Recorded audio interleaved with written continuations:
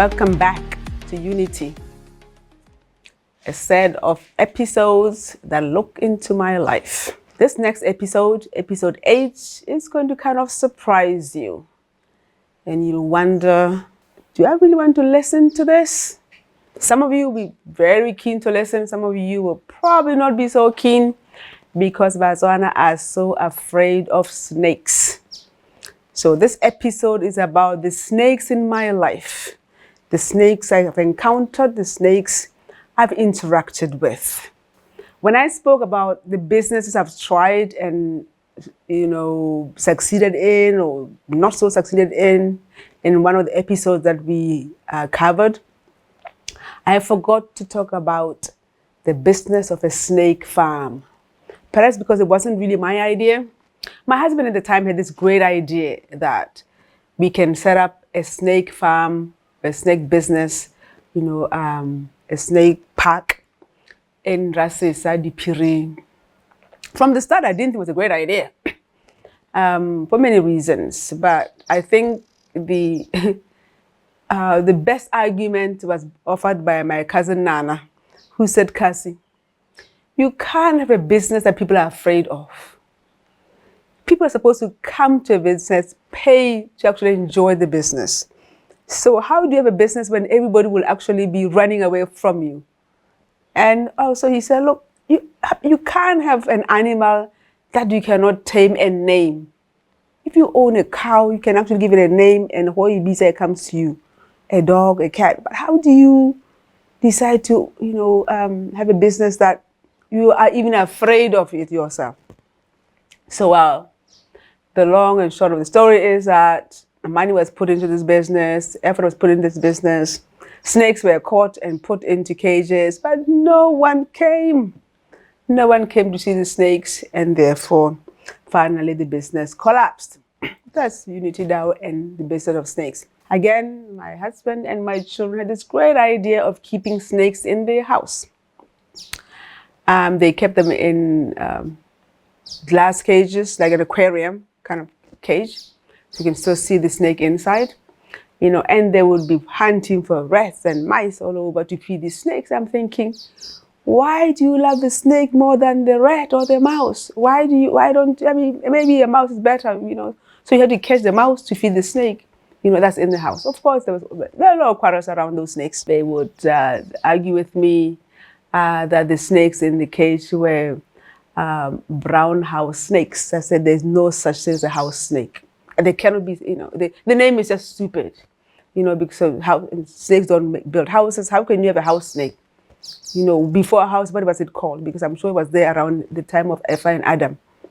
But anyways, they insisted that, these were really harmless snakes and that they should be kept. And indeed, they should have, there was a point when they had 2 in this cage. And one day I come from work, I see only 1 snake. I said, Peter, if there's only 1 snake in the cage, this cage is inside the house, okay? So if the snake is not in the cage, it means that it's actually in the house. And so he was amazed, and he was pleasantly amazed, because he says, I'll be damned. I cannot believe it was able to go through that little. Really, I didn't think it was funny. I didn't think it was something we should rejoice because the snake was able to get out of a glass cage when there's no visible, part at all, whatever space for it to do. So they were fascinated. Of course, they looked for the snake. We never found the snake. So I imagine that we actually did live with the snake for a while. And then one day we came back from camping. Okay, at the camping, actually, somebody claimed they had seen a snake. This black and yellow snakes. I know, it's fairly harmless, but still it should not be around you. So somebody was saying they saw the snake, it was black and yellow. So then when we look, we don't see any snake. What we see is a strap of a camera, which is black and yellow. So everybody's convincing this woman that what you saw was actually the strap of the camera. She says, no, nobody believed her after we saw that, because clearly where she was pointing, there was a camera with a strap that was yellow and black. So we decided, okay, she don't see no snake. So what happens is that we go home, pack up, we go home. After camping, 2 days later, Ma Kaisa is doing the wash. and we didn't have a washing machine, so doing the wash inside the bathtub. We hear screaming, because as she's washing, wriggling in the water, it's a snake. Clearly, the snake had got into the wash when we were out camping and ended up in the dirty laundry. And this poor woman is jumping up and down about the snake. Of course, the snake experts in my family, and I was not one of them, say, oh, this is a harmless snake. This is a harmless. There's no such thing as harmless. I don't know, but I'm sure that some are harmless. So they decided instead of killing it, they are going to save it and put it behind the yard. So that was the snake, we're talking about. You will not believe this one. It is so true. It is so true. When we bought our house in Rasuruda, which then refurbished or remodified so that, and kind of, I was always very suspicious of the bathroom because of the way it was built. I was always thinking one day, something's going, a snake's going to come through here. It really always made me nervous, trying to get these people to do the bathroom better. But I was really, and one day, I am not kidding. I come home and sliding through the passage is a snake with about 3 or 4 babies in the house. And everybody, of course, is so excited because, I'll be damned. I can't imagine how it found its way into the house.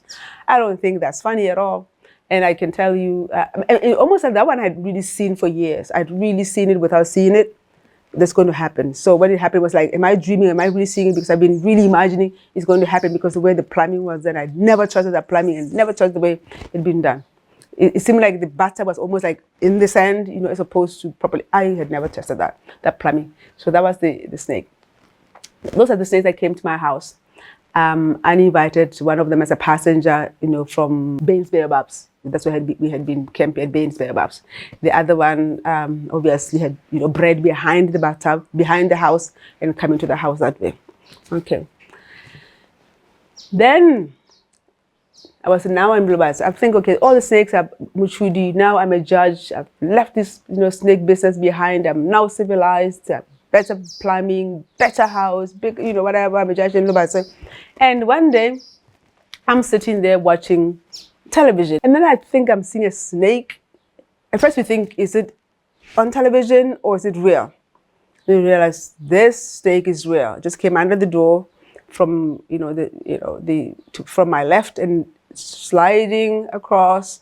Snakes never really want to go in the open spaces. They always go like very close to the wall. So they're sliding.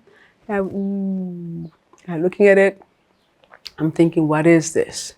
I don't know what kind of snake it is, and I'm really panicking. So I quickly go to the bedroom and get a shoe and some towels because I want to know whether will it raise its hand to show, because I think it's a cobra. I'm hoping it's not a cobra, but I'm thinking it's a cobra. So I throw a snake. Should any raise his head? I said, ooh, it is a cobra. And cobras don't, they don't mess around. You don't mess around with those babies. So what I do is I decided, okay, I don't want to come to the rest of the house because there's a door that he came in. I don't want to go to, if he goes through another door, it's going to go to the rest of the house, the kitchen, the bathroom, the bedroom, the sitting room. So I put towels there to make sure it's inside. I can keep inside. And then I set on the alarm.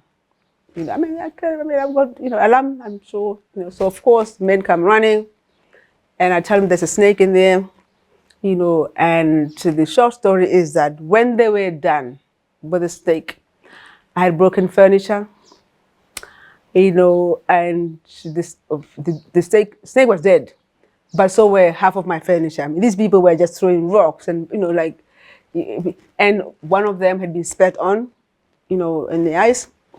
Ended up having to wash his face with milk before taking him to the hospital. So that was the snake issue. And I'm thinking, now after that, I'm really, concerned about this. And then about a week later, I'm in the toilet, sitting in the toilet. After I sit down, I see a baby snake next to me. Clearly, this guy, had children around, because, every, set of animals, they have babies, they have cousins, they've got sisters, they've got, So you see a snake, it must have sisters somewhere, children somewhere. So it's not just like a lone snake, It was small enough for me to deal with it. But now I'm really worried. I called the BDF to come and look, you need to come and sort out this situation that I have here. They come and give me a lecture, of course. Snakes are generally not so dangerous. I mean, people who love snakes will tell you these stories. And but what could I do? And said, okay, snakes don't. Most snakes don't have their eggs in one place, so they lay eggs as they go along. So you may see another baby another time. So you won't necessarily see 10 babies together, generally. So that was my life with snakes in Lubas. But it doesn't end there. I really think there is, maybe a God somewhere there who's just putting snakes in front of me, and, I don't know why. Maybe it has to do with Eve and what they did. I don't know if, it has anything to do with it. But honestly, I swear that snakes are being put in front of you, around me all the time. You won't believe the story, but it's so true. One day we are driving from Lubasa to Gaborone, and in the middle of the road we see a big python that had been run over by a car. So clearly it's an injured python. It's an injured python. So my family, they love snakes. So of course we have to stop. Instead of now going to where we are going, the snake has to be rescued. Now the snake is now put in the cool box. So now we drive back home to go and deal with the snake to try to make it survive. We get home, of course, bandages are found, gentian violet is found, all medicines is put around the snake, and it's bandaged, the snake is bandaged, and now, of course, they have to go and look for food for the. So the whole week, they're looking for mice, they're looking for rats, looking for lizards, and they're feeding this poor python. The python was so badly injured, after 2 weeks of trying to take care of it, it actually died. Okay, so now it's dead. And python is a protected animal. So, of course, my husband, because he really is a law-abiding citizen, he decides, okay, I need to take this snake to wildlife to report it, because I want to be able to skin it so I can keep the skin if they say yes. So he goes to wildlife to report the snake, the circumstances under which the snake, the snake was involved in a car accident. The snake was rescued. The snake was taken care of for 2 weeks. The snake now is dead. So he says, okay, can I, I just wanted to tell you, so if you find me with a skin, I didn't steal it, I didn't kill it. Okay, no problem. So what happens is he decides, okay, to skin it. As he's leaving the station, the police station, one of the police officers runs after him and whispers, please save the fat, and bring it back to me. I want to take it to my traditional doctor. So, okay, he complies, he goes home, he skins the snake. He doesn't tell me about this story of the police officer at the time. He skins it out, and then in the fridge, I find a little canister with some strange ointment. So I'm asking, what is this? And they said, oh, it's a snake fat. So I'm saving it because I need to deliver it to somebody who wants it. I'm like, I don't know that your snake fat should be in our fridge because we may just eat it by mistake. No. Nobody can see that this is, it's not edible fat. How do we know it's not edible fat? Anyways, finally, we quarrel over this because he doesn't have time to deliver it. So I'm going to toss it. No, you can't toss it out because I promised somebody that fat. So because he wants it to go and take it to his potential doctor to strengthen himself. I don't know. So finally, after 3 to 4 days of quarreling over this, I'm going to toss it out. Finally he did take it and delivered the parcel. I don't know what happened to the police officer. Maybe now he is, an inspector or a sub-inspector, or or maybe he's got more cattle. So I don't know exactly what he was hoping to do with the snake. You will not believe this. Less than a month ago, I'm driving here. I'm driving to my house in Odi, and I see a man dragging a bin, the big black bin. It's too heavy for him, but it's half dragging, half carrying, half dragging. And I stop and ask him, what's your problem? And 2 other people are standing there. He says, no, I have a python in here. So what are you doing with the python? Oh, no, I take care of somebody's yard. Name is my neighbor. So I found this snake. I told them there's a snake in the yard. There was a python in the yard, and they told me to get rid of it. So I'm taking it to the hills to get rid of it in the hills there. I mean, he is got at least still another kilometer to where he's going. I'm like, also it's going to come back. I mean, if this is its neighborhood, I'm sure, you know, it has at least 2 or 3 kilometers range in this neighborhood. So putting it to the hills, you're going to have it back. So, and I said, look, so, I mean, it says, I'm scared of snakes, and it's really not part of my job to be getting rid of snake, but, you know, obviously the owner of the house, I clean the yard, so I've been told to get rid of the snake. I can't take it, just put it next door because it'll come back. So I'm taking it to the hill. So I said, okay, look, let's do this. Let me call the BDF because there's a snake people there. No, but they don't have a car. I call another person who catches snake because, you know, I'll tell you why I have these numbers for people who catch snakes. So again, there's no answer. So I said, okay, let's go to the nearest police station. So then we drove to Pakalani. There's a small police station there. I found a woman on duty. I said, okay, look, ma'am, I've come to deliver an item that I believe that you can now decide what to do with it, you know, so you can call the BDF, you can call it whatever. So he said, what is it? I said, no, you come and see. What is it? It's a fairly innocent looking box, rubbish bin, bucket, but it's a big bin. So, oh my God, this woman just looks at it and jumps back, you know. And I said, well, you know, we've come to deliver this. You have to now deal with it. So call wildlife or call BDF. Of course, and, you know, so we left. And I have to say the police were really, really nice because the following day I found the empty cool box at my gate. The trash bin was not mine, you know, but I had delivered today. You know, so again, it was an incident where now I'm giving a snake a lift to safety. You know, so, you know, so my stories and snakes, they're complete true. The last one is that my yard in Odi is teeming with snakes. That is a fact. It is not uncommon for in the morning to find a snake full, not able to move, you know, or killed by dogs, you know, or there's a huge mamba, you know, that I think is living in the rocks here as well. And we don't see it often, but once it's like when it moves, it's almost like water. I mean, it flows fast. It's like literally, I don't know, like lightning.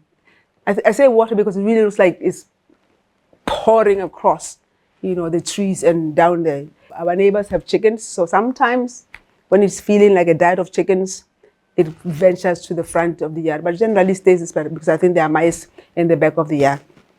So that's the story of me and snakes. I don't know what this means. It means that snakes love me, which is a bad thing, or snakes love me because it's a good thing. It's unclear, but all I know is that I live around hills. I love hills, and therefore, if you have hills, you will have snakes. But let me just add that I've never, ever, ever known anybody who's been bitten by a snake and died in my life. I've seen at least one person bitten by a snake, and I'm not as scared of snakes as most people.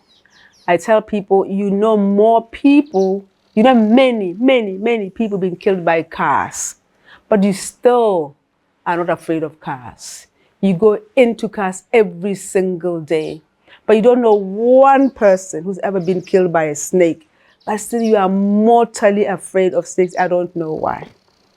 The moral of the story is learn about snakes. Generally, snakes will move away from you. They will hear the vibrations of the earth. That's why usually the most common bite from snakes is from a puff adder. Because it's slow, it's kind of heavy, it likes to sit, and then you step on it by mistake, and then it bites you. But most snakes will hear your footsteps long before they are gone. Usually they will bite you if you accidentally meet and both of you have no time to run away. So I thought we should do an episode on snakes. Thank you very much for listening. Let's meet again at the next episode.